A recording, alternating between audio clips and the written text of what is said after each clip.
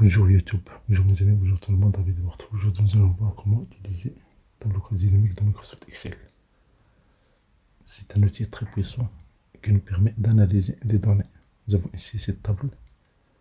Donc on va prendre dans le menu insertion, tableau croisé dynamique. On va choisir une nouvelle feuille. Et voilà, nous avons cette boîte de dialogue.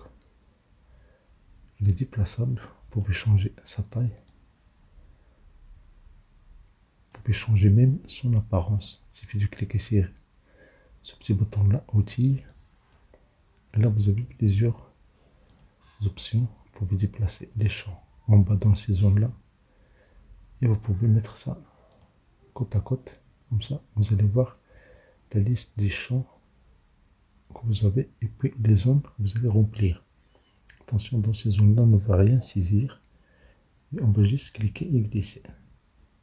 Supposons que je veux genre, je clique genre, je glisse, je vais le mettre dans, par exemple, ligne. Voilà, nous avons masculin, féminin. Immédiatement, nous avons les valeurs de ce champ-là, sans répétition. Si je prends le même champ, je vais le mettre dans les valeurs, alors elle sera comptée. Pourquoi? Parce que c'est des textes. Quand vous avez des données des textes, le tableau croisé dynamique fera le comptage. Tableau croisé dynamique. Ici, on ne met pas ça dans le champ. Pour enlever ça, vous avez une méthode. Vous cliquez, supprimez le champ. Une autre méthode, vous cliquez et vous déplacez avec la souris.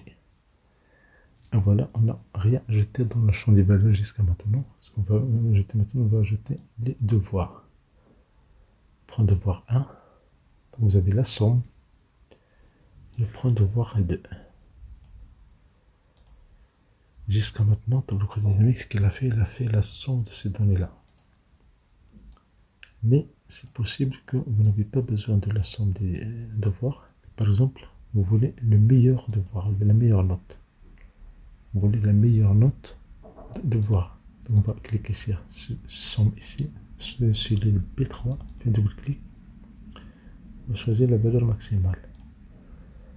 Voilà, la valeur maximale pour le devoir 1, 17, puis 20. La même chose pour devoir numéro 2. On va faire ça autrement. On va faire sélectionner dessus l'île C4, un clic droit. On va afficher les valeurs, synthétiser les valeurs. Synthétiser les valeurs, on prend la valeur maximale. Donc vous avez max des devoirs 2, vous avez max des devoirs 1, max des devoirs 2.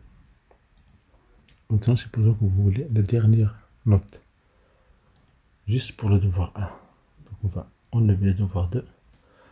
Attention, on ne va pas supprimer juste les données, on va faire clic droit, afficher le titre des champs, on va décocher ici devoir 2. On va prendre la même variable, ou bien le même champ, on va le mettre ici. Et par défaut, on voyait dans le croisé dynamique ce qu'il a fait, il a calculé la somme des notes. Si on ne veut pas la somme des notes, on veut la valeur minimale. On clique sur ce petit triangle. Vous avez ici paramètres du champ. Donc paramètres du champ, synthèse des valeurs. Vous prenez valeur minimale et vous validez. Et voilà, vous avez la dernière note pour les féminins, c'est 8. La plus grande note, c'est 17. Parce qu'il y a 17 et 20. Attention, dans ces données-là, sont des données fictives qu'on a générées avec aléa entre bornes. Aléa entre bornes, juste des données entre 10, par exemple. Et votre temps, merci de vous abonner à cette chaîne, merci de vos notifications pour recevoir des vidéos utiles et agréables.